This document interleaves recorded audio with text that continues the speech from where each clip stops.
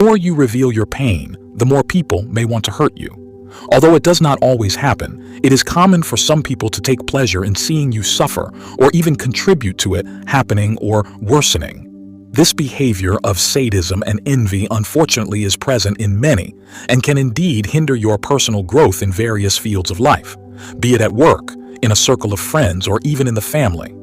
Therefore, learning not to show your weak point can end up becoming your strong point.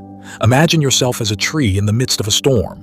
The leaves may flutter and the branches may sway, but the trunk remains solid, deeply rooted in the earth.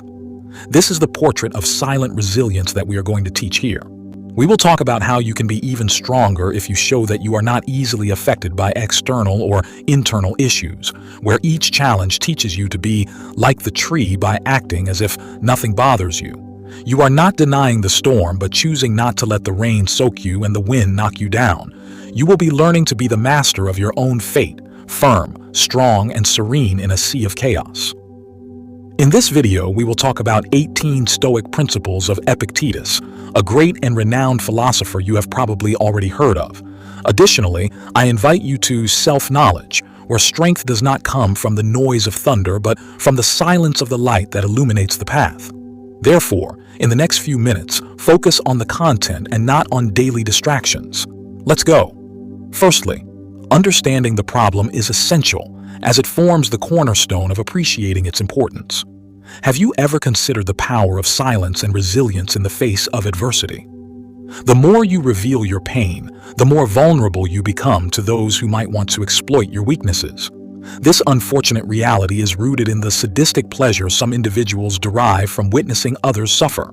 In various aspects of life, be it at work, among friends, or even within the family, there exists a prevalent behavior of deriving satisfaction from others' misfortunes.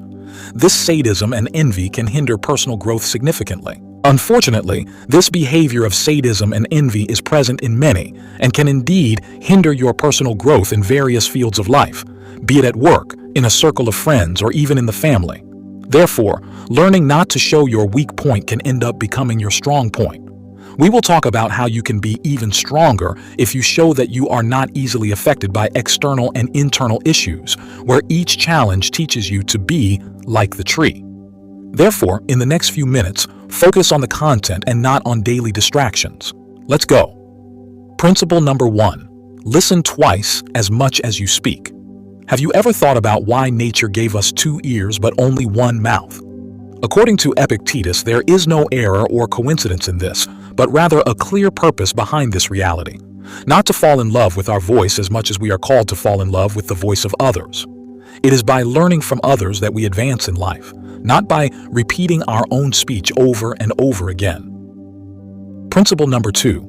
Always expect the worst. One of the biggest causes of anxiety and its devastating consequences is believing that unfavorable circumstances are waiting for us in the future.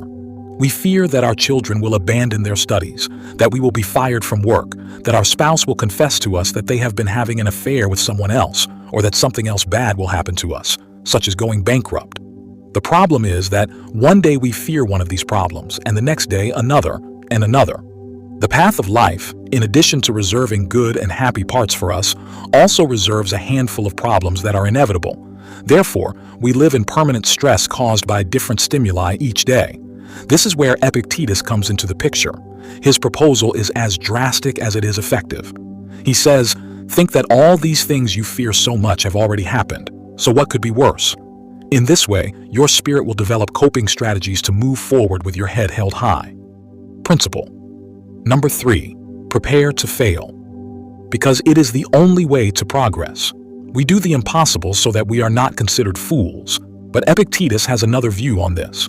According to his philosophy, one of the best things that can happen to you is to be considered a fool, as this is the way for you to really improve professionally and personally as well. The Stoic philosopher reminds us that overcoming is not the product of a spontaneous reaction, but rather the result of a long path of trial and error. For it is through error that we can polish what distances us from excellence. Principle number 4. Be aware of the dangers of fortune. This wealth that we desire brings with it a stigma from which few people can free themselves. It's not just about the people who will emerge from nowhere to benefit from our fortune, like by pretending a friendship they don't feel for us. Money has the ability to transform people, and not necessarily for the better. Once we are possessors of this highly coveted resource, we come to have something that until then we did not know we had. And it is from that moment that our spirit may begin to poison itself in the face of the loss of moral values.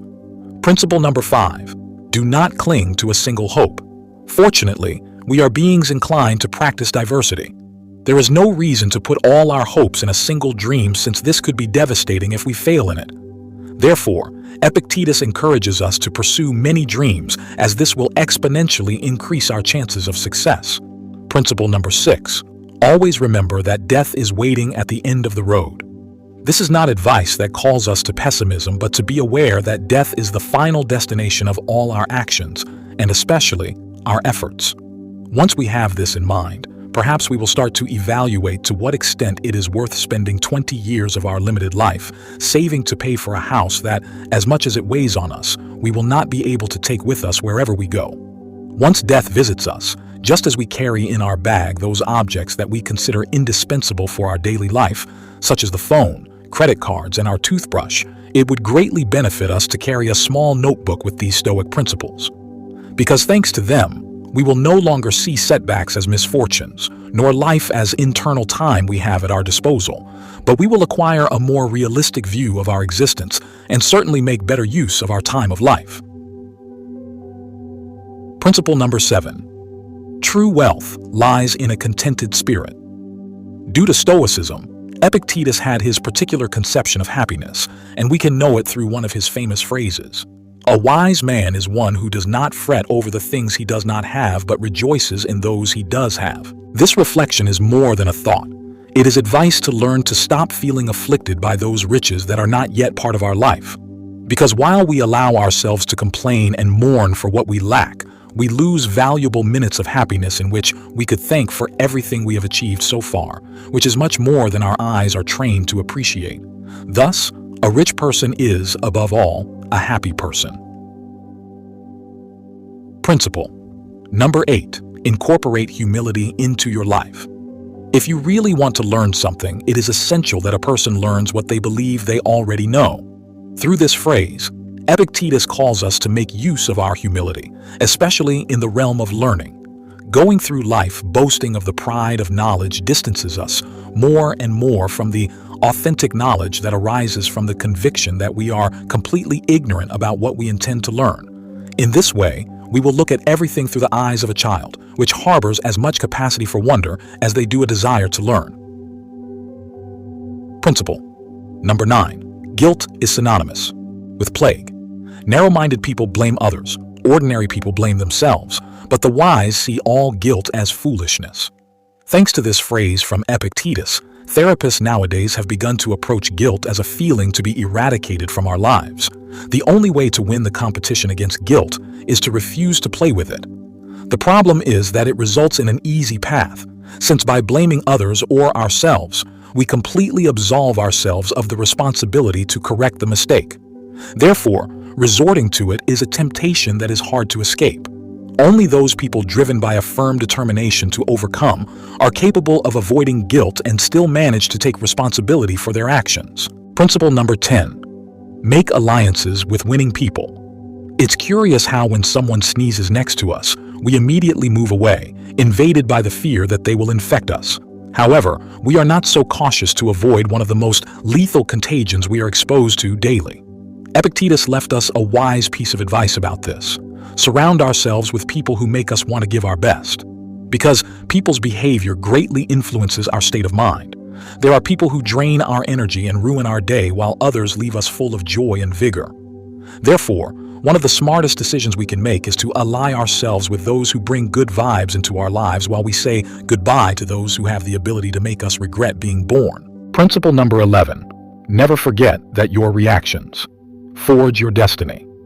We should not take our reactions lightly, as they are definitely what mark our success or our failure. And Epictetus was very categorical about this. He taught us that we do not have the possibility to choose what happens, but how to manage it. Misfortune can fall upon any of us, but it is what we do from its arrival that will mark the difference. For some people, a divorce means entering the world of depression and victimization. In contrast, for Epictetus,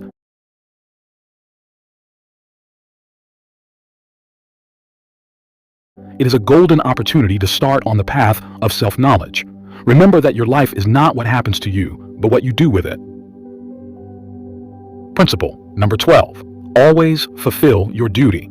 Each one of us has a role in society and in the world, and the sun does not need praise or enchantments to rise each morning, but it does every day, and that's final. Thus, just as every part of nature does its job, we must fulfill our obligations. If we are waiting for praise or praise to do our work, we are failing both the environment to which we belong and ourselves. If we know what our task is and are aware that other people depend on it, it is our moral duty to carry it out without waiting for anyone to remind us. Principle number 13. Do not hate those who hate you. Simply ignore them. You are much bigger and completely superior to the one who criticizes, despises, and discriminates against you. Therefore, do not waste your precious time hating that person, as they do not even deserve to be present in your thoughts. We are encouraged not to fear people who harm us, as that noise represents a regrettable attempt to damage you. So, ignore it and become immune to it. Principle number 14. Bet on simplicity. Why live in frugality if nowadays we have the possibility to surround ourselves with all kinds of luxuries? The answer is much simpler and more logical than you think. Wealth does not maintain itself, but requires commitment and a lot of daily energy to be able to preserve this system of luxuries and wealth. In contrast, when we opt for a simple lifestyle, we stop being surrounded by the pressure of having to meet the due dates of bills, loans, and credit cards. Principle 15. Don't let others' opinions control your life. When you allow the comments and attitudes of others to bother you, you are handing over control of your life. Any person capable of making you angry becomes your master. However, that person can only make you angry when you allow yourself to be disturbed by them. Epictetus makes us understand that there are many keys within us, and some lead us to happiness. Thank you for watching, and I'm grateful for your support. Please subscribe to my channel and share your thoughts in the comments section. I value your feedback, and I'm always looking for ways to improve my content.